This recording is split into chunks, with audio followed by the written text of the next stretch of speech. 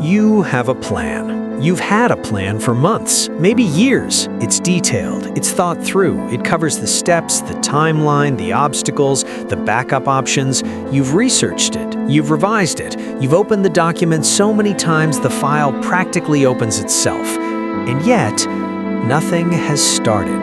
Not really, not in the way that counts, not in the way that changes anything. And here's the thing nobody is going to say to your face, so I will. The plan is not preparation anymore. The plan has become the procrastination. And somewhere deep down, you already know that. You've known it for a while. You just needed someone to finally say it out loud. So here it is, out loud.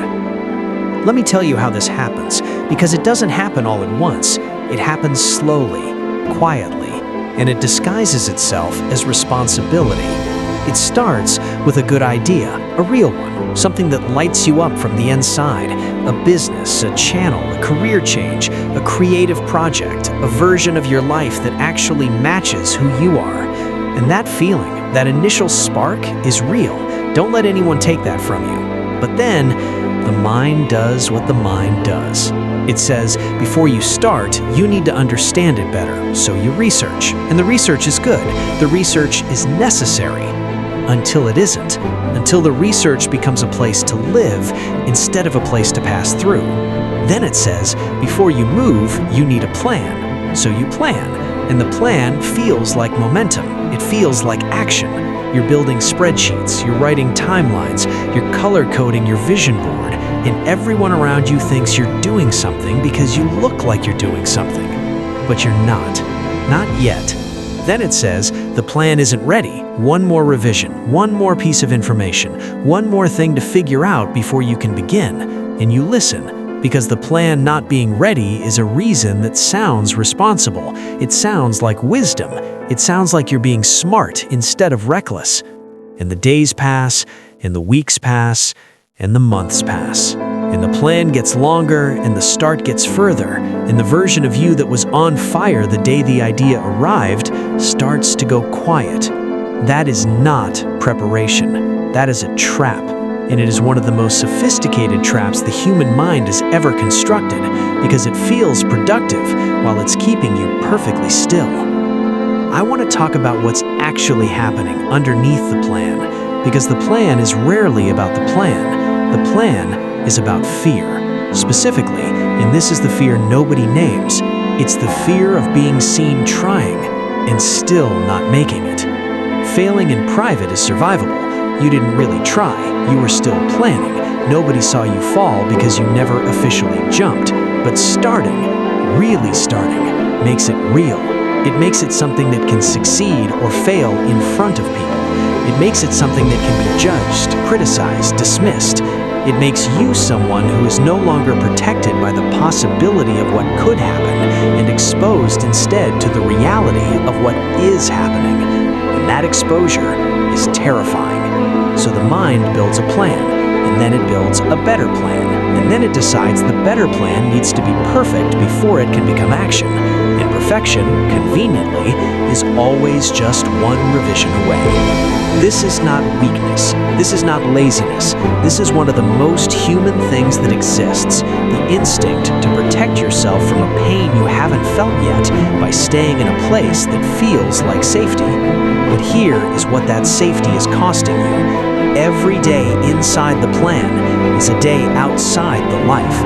Every revision that replaces a real step is a day you will not get back. Every morning you spend perfecting the document instead of doing the thing is a morning that belonged to the version of your life you keep saying you want.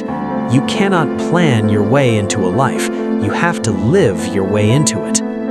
Let me tell you what starting actually looks like, because somewhere along the way you got the wrong picture.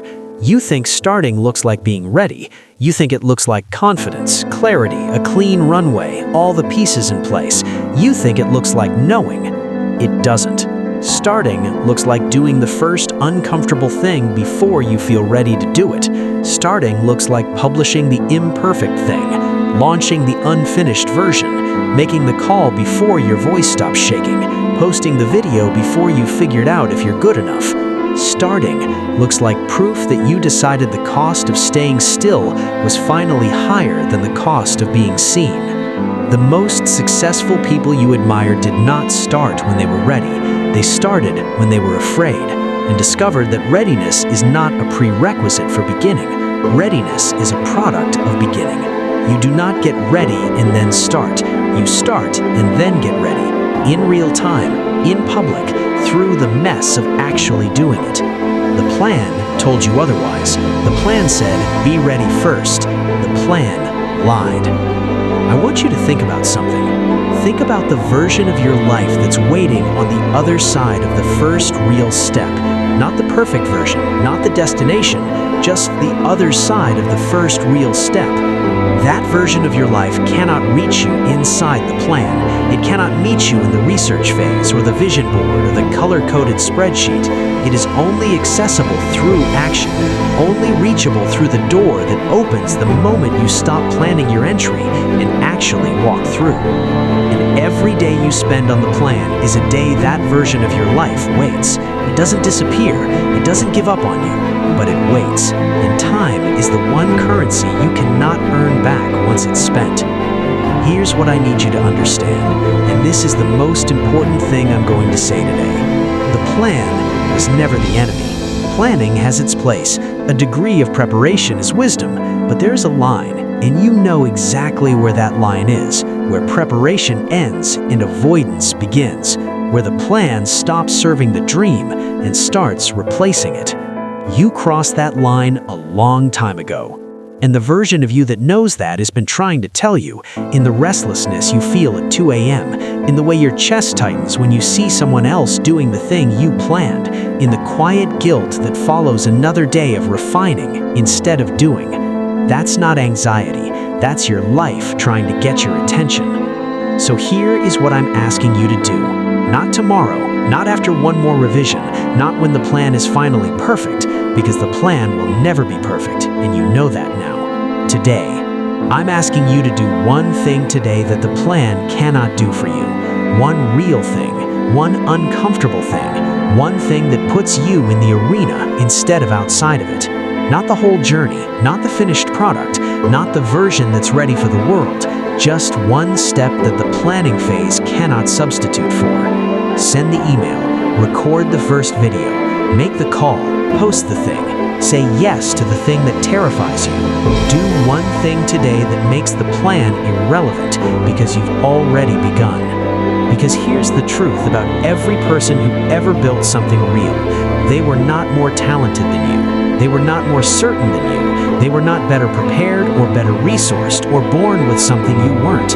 They just decided on one ordinary day that didn't feel special that the plan had taken enough of their life. And they started. Imperfectly, uncomfortably, without knowing how it would end. And the starting changed everything. You have spent enough time preparing to live. It's time to live. The plan had its season. That season is over. What comes next doesn't need more planning. It needs you showing up, imperfect and afraid, and finally in motion. You already know the first step is. You've always known. Stop planning it. Take it.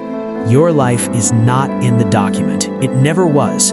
It's on the other side of the door you've been planning to walk through. Open it.